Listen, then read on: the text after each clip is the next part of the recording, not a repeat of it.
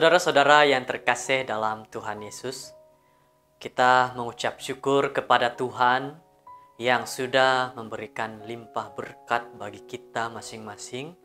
Kita terus dapat bernafas pada saat ini dan kita dapat melihat akan dunia pada saat ini. Kita mengucap syukur kepada Tuhan karena Tuhan sudah memberkati kita sehingga kita tetap sehat pada hari ini.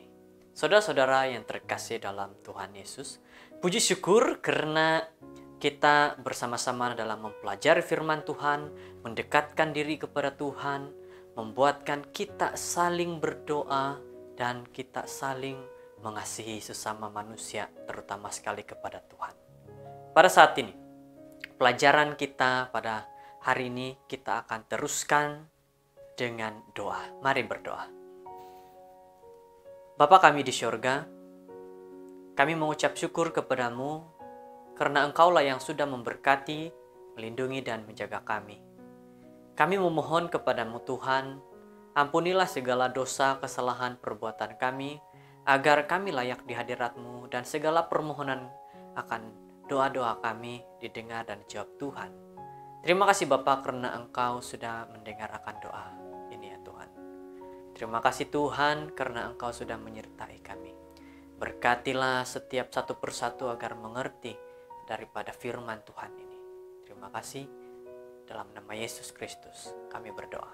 Amin. Saudara-saudara yang terkasih dalam Tuhan Yesus, firman Tuhan kita, renungan kita pada hari ini bertajuk semua kita terpilih di mata Tuhan. Dan satu firman yang sangat baik, di mana dikatakan semua, berarti tidak kira kita ini hidup miskin, kaya, besar, kecil, badan kita, hitam, putih, semuanya tetap akan dikasihi ataupun tetap dipilih oleh Tuhan. Firman Tuhan kita, ayat yang tertulis di dalam Matius 1 ayat 1 mengatakan, inilah silsilah Yesus Kristus anak Daud, anak Abraham. Jika ada satu peluang pekerjaan dan peluang itu memang sesuai dengan bidang yang kita pelajari, maka kita akan berusaha sedaya upaya kita agar dapat diterima untuk melakukan pekerjaan itu. Tetapi orang lain juga melakukan hal yang sama. Mereka mau agar diterima, dapat peluang bekerja. Kita mahu menjadi orang yang terpilih. Dan apabila terpilih maka kita akan melakukan tugas-tugas dengan baik dan sopan. Inilah yang harus kita lakukan. Bagaimana pula jika hari ini Tuhan melihat kamu dan Dia melihat kamu sangat sesuai dalam melakukan pelayanan di sebuah kampung yang jauh dalam hutan, jalan yang rusak, kurang bekalan elektrik, serta servis internet, servis telepon yang putus-putus, apakah kamu akan menolak atau kamu akan berkata, saya akan pergi, I will go. Bagaimana dengan saudara-saudara semua yang mengikuti renungan ini? Jikalau kita mendapat satu panggilan ke satu tempat yang tidak pernah kita pergi, kita katakan tolak ataupun saya akan pergi.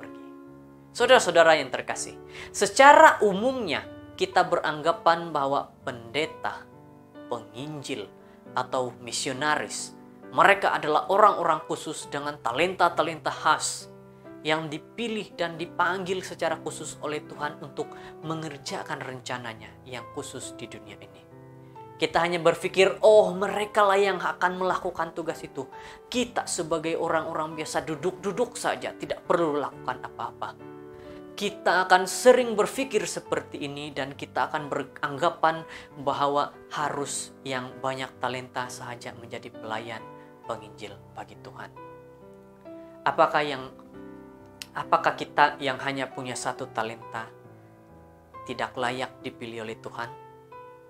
Bagaimana menurut saudara-saudara yang terkasih? Firman Tuhan yang sangat baik bagi kita pada saat ini.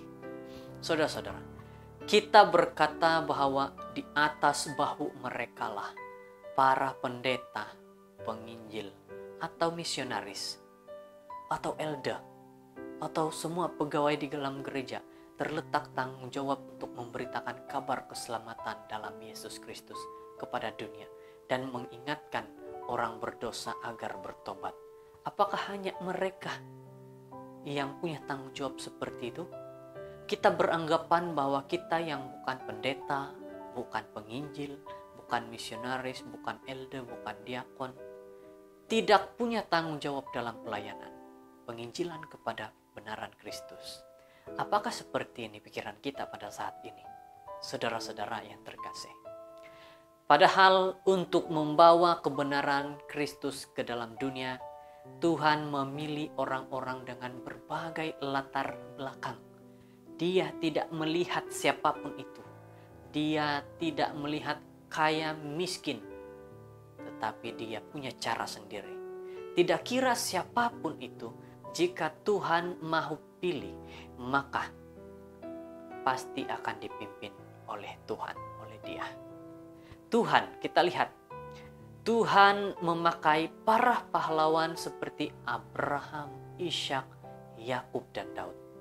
Para wanita yang mempunyai reputasi pribadi kurang baik seperti Tamar dan Rahab. Orang-orang biasa seperti Hezron, Ram, dan Akhim. Bahkan ada yang dikatakan jahat seperti Abiyah dan Manasye. Mereka dipakai. Keturunan-keturunan mereka akhirnya menjadi pemimpin pelayan bagi Tuhan. Jadi saat ini jika kita katakan, oh saya saya biasa saja, Tuhan tidak akan pilih saya. Saudara-saudara, orang biasa saja Tuhan pilih, sehingga keturunannya membawa kebenaran Tuhan. Jadi, pada hari ini, pada saat ini, ingatlah, bukan lagi kemungkinan, pasti Tuhan akan dapat memilih kamu menjadi pelayannya, karena jikalau bukan kamu yang meneruskan, pasti keturunan kamu yang meneruskan untuk pelayanan akan kebenaran Tuhan. Hal ini sepenuhnya tergantung kepada kemurahan Tuhan, bukan pada kualifikasi mata manusia, bukan kita yang membuat bandingan, bukan manusia yang membuat bandingan, tetapi adalah sepenuhnya datang daripada Tuhan. Kejahatan, dosa, dan kelemahan manusia pun tidak dapat mengatasi pekerjaan Tuhan ini. Seperti pada masa-masa yang lalu, saat ini juga Tuhan dapat memakai orang-orang biasa seperti saya, seperti saudara-saudara semua, kita semua, untuk menyatakan kehendak Dia bagi dunia ini. Jika kita merasa tidak memiliki kemampuan hebat, atau kita merasa tidak layak karena sering jatuh dalam dosa, ingatlah, jika Tuhan berkata bahwa Dia memilih diri kita ini, maka kita haruslah jangan menolak. Saudara-saudara, apakah kita pada saat ini benar-benar mempercayai Tuhan, mau bertobat dan menyerahkan diri agar dipakai oleh Tuhan? Saudara-saudara, jika ya, ada banyak hal yang dapat Tuhan kerjakan melalui kita untuk menggenapi kehendak Dia. Tuhan dapat memakai saudara-saudara dan juga saya bagi kemuliaan Dia. Jikalau Tuhan katakan Dia memilih kita untuk melaksanakan tanggung jawab sebagai penginjil, pembawa kebenaran, jangan pernah kita ragu-ragu dengan panggilan kita. Hidup yang memuliakan Tuhan dimulai dari hati yang mempercayai Tuhan. Pilihan Tuhan tidak akan pernah salah. Pada saat ini, saudara-saudara, marilah kita lakukan pekerjaan Tuhan dengan sepenuh hati. Kalau Tuhan sudah memilih kita, dan kita akan mengatakan bahwa saya akan pergi, I will go. Semoga dengan firman Tuhan pada saat ini, pada hari ini, waktu ini, di mana membuka minda kita bahwa kita semua yang di mata Tuhan itu dipilih untuk menyatakan kebenaran kepada orang-orang di luar sana yang sedang mencari kebenaran daripada Tuhan. Jadi saudara-saudara, saya mengajak bagi kita, marilah kita bawa diri kita datang kepada Tuhan Yesus, menyerahkan diri kepada Tuhan agar kita tahu apa rencana yang Dia ingin laksanakan bagi kehidupan kita masing-masing. Seperti ayat renungan kita Matius 1 ayat 1. Walaupun ini hanya silsilah, tetapi ini menunjukkan bagaimana dari satu keturunan akhirnya Yesus Kristuslah yang terlahir. Semoga kita mengerti, terdorong, dan benar-benar dapat melakukan pelayanan Tuhan dalam setiap hari di mana kita berada. Terima kasih, kiranya Tuhan memberkati bagi kita semua. Shalom. Mari berdoa. Ya Tuhan, Allah Bapa di surga, terpujilah nama-Mu Tuhan Allah yang senantiasa memberkati dan melindungi kami. Pada saat ini kami sudah selesai dengan firman-Mu Tuhan.